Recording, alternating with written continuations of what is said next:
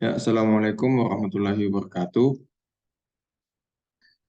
Eh, jadi, perkenalkan, nama saya Muhammad Khalil Anugrah, NIM D0411910660.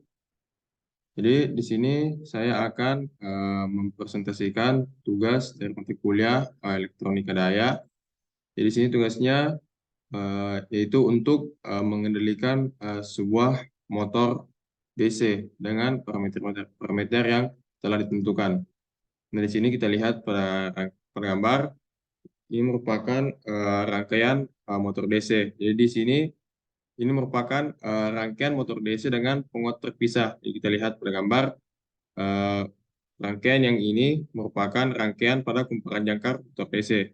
Sedangkan yang di bawahnya itu rangkaian pada kumparan medan motor DC. Jadi sumber dari kedua rangkaian kumparan ini itu berbeda karena ini merupakan penguat terpisah. Jadi di sini ada dua gambar. Di sini tujuannya hanya untuk melihat lebih untuk memudahkan hasil perbandingan grafik simulasinya nanti. Di sini saya menggunakan software PSIM untuk mensimulasikan rangkaian motor DC ini. Jadi yang pertama itu saya akan melihat pengaruh antara eh, eh, tegangan kumparan jangkar yang diberikan berbeda-beda, sedangkan tegangan pada kumparan medan itu tetap. Di sini kita lihat tegangan pada kumparan jangkar, yang pertama itu saya memberikan 120 volt, dan yang kedua itu 60 volt. Dan kita akan simulasikan. Dan kita akan melihat pengaruhnya terhadap apa yang terjadi pada putaran motor dan torsi terhadap tegangan kumparan jangkar yang berbeda-beda. Kita langsung saja melakukan simulasi.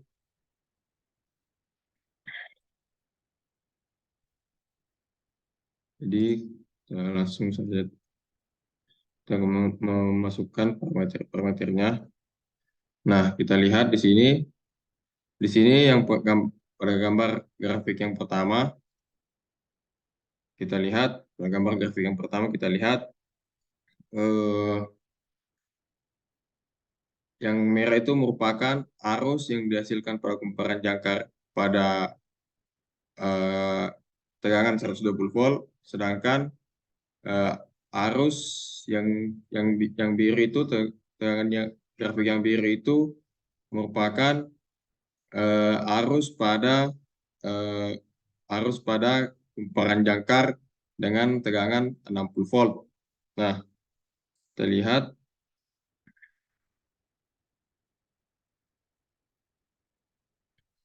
lihat di sini. Nah, yang kita lihat di sini eh, semakin besar tegangan pada kumparan jangkar yang diberikan, maka eh, lonjakan arusnya juga akan semakin besar. Dan kita lihat arus yang dihasilkan nantinya itu juga hampir mirip. Yang membedakan itu hanya lonjakan arus di awal start. Tegangan pada kumparan jangkar yang lebih besar akan menghasilkan lonjakan arus yang lebih besar. Sedangkan pada kecepatan putaran motor yang dihasilkan dan torsi, yaitu semakin kita lihat yang merah ini, grafik yang merah itu menunjukkan kumparan jangkar dengan tegangan 120 volt, dan yang biru itu kumparan jangkar dengan tegangan 60 volt. Nah, semakin besar tegangan yang diberikan pada kumparan jangkar, maka kecepatan putaran motor pada motor DC juga akan semakin besar torsinya, kecepatannya. Kita lihat di sini, eh, kecepatan yang dihasilkan itu 1200 rpm pada 120 volt, sedangkan tegangan yang diberikan 60 volt akan menghasilkan putaran kecepatan 600 rpm. Nah, berkurang sekitar 50%. Sedangkan torsi yang dihasilkan juga berbeda, semakin besar tegangan pada kumparan jangkar yang diberikan, maka semakin besar pula torsi yang dihasilkan. Nah, sebelum itu kita lihat tadi percobaan yang dilakukan ini merupakan percobaan yang menggunakan tanpa beban. Saya di sini tadi menonaktifkan bebannya. Sekarang kemudian yang kedua dengan diaktifkan bebannya. Jadi beban yang saya gunakan di sini itu 10 Newton per meter. Beban yang digunakan pada kedua rangkaian ini. Nah, kita simulasikan kembali. Simulasikan kembali.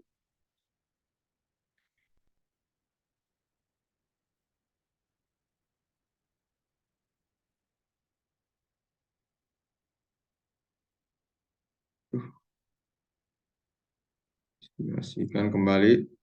Nah, kita lihat.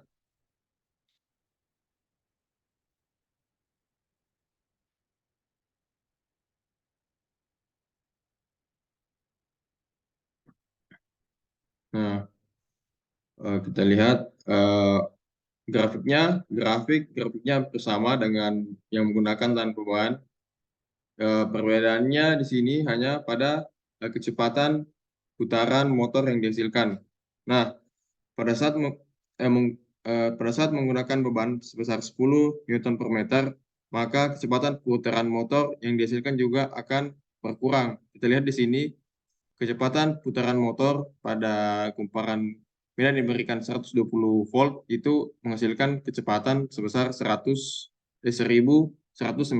rpm, yang sebelumnya tanpa beban itu menghasilkan 1200 rpm. Dan yang kedua, dengan tegangan 60 volt pada kumparan jangkar menghasilkan 560 rpm pada kecepatannya, dibandingkan dengan yang menggunakan tanda beban itu tadi menghasilkan 600 rpm. Jadi terjadi penurunan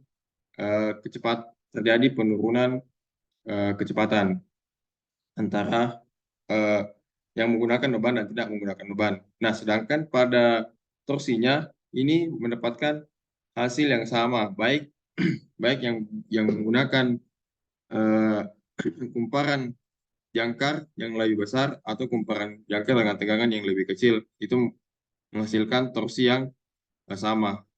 Berbeda dengan yang tidak menggunakan beban, torsi yang dihasilkan juga berbeda pula. Tapi sedangkan yang menggunakan beban, itu torsi yang dihasilkan sama, yaitu di sini kita lihat keduanya itu menghasilkan torsi sebesar 10 Newton per meter. Nah, selanjutnya itu melihat pengaruhnya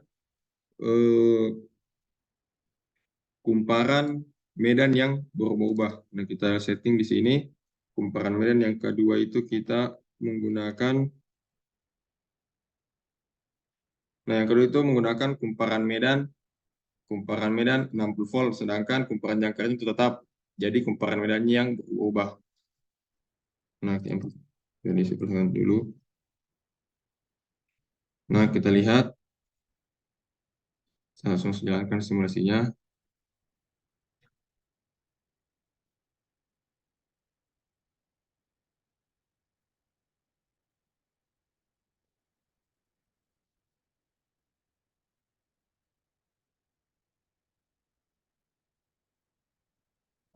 Nah, kita lihat pada gambar simulasi, hasil simulasi.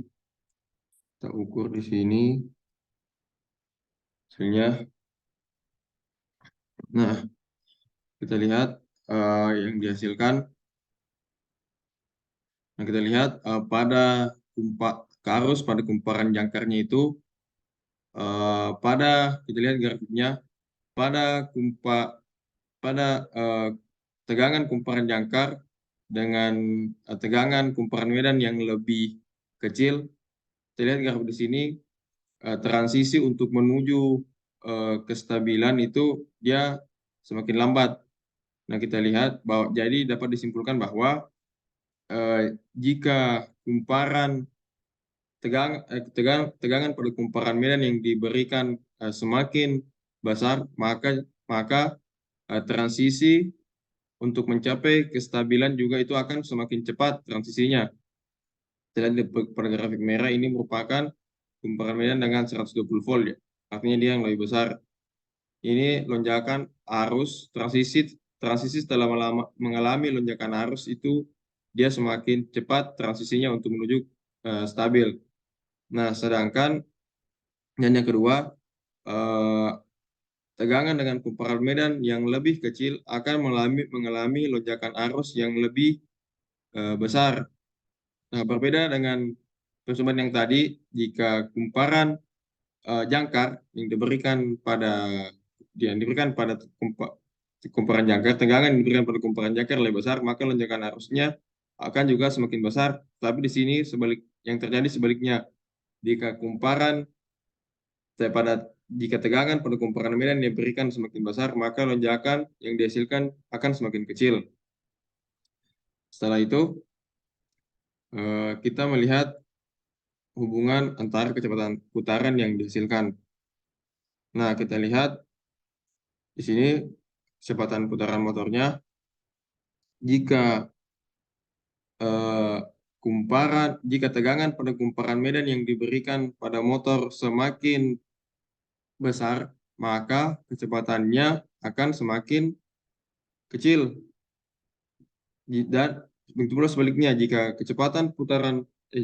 tegangan pada kumparan medan pada motor yang diberikan semakin kecil, maka kecepatannya yang dihasilkan semakin besar. Kita lihat grafik yang biru ini merupakan eh, tegangan merupakan kumparan medan dengan tegangan 60 volt, artinya dia yang lebih kecil menghasilkan kecepatan sebesar 2400 rpm. Nah, sedangkan kumparan medan yang diberikan tegangan sebesar 120 volt itu menghasilkan kecepatan yang lebih sedikit, itu sebesar 1200 rpm. Berbanding terbalik dengan percobaan yang telah dilakukan sebelumnya. Dan torsinya juga hal sama yang terjadi yang terjadi pada torsi juga.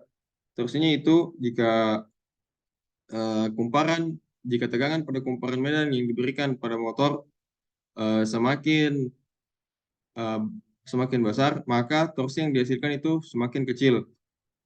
Nah, sedangkan kita lihat di sini arus yang dihasilkan pada kumparan medan itu berbeda pula. Sesuai jika tegangan yang diberikan pada kumparan medan semakin besar, maka eh, semakin semakin besar pula yang dihasilkan arus pada kumparan medan. Nah, hal yang berbeda dengan yang terjadi pada perjalanan sebelumnya. Kita ubah dulu ini jadi 110, 60, simulasi.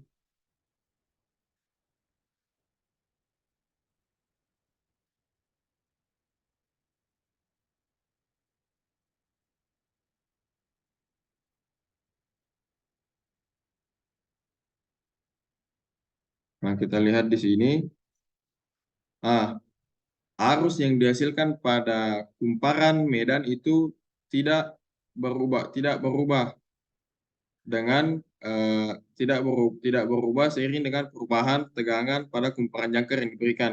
Mengapa terjadi demikian? Karena di sini ini merupakan jenis motor DC dengan penguat terpisah. Jadi dia tidak dipengaruhi oleh perubahan tegangan. Jadi arus pada kumparan medan tidak dipengaruhi oleh perubahan tegangan pada kumparan jangkar. Mungkin itu dari saya. Sekian dan terima kasih. Assalamualaikum warahmatullahi wabarakatuh.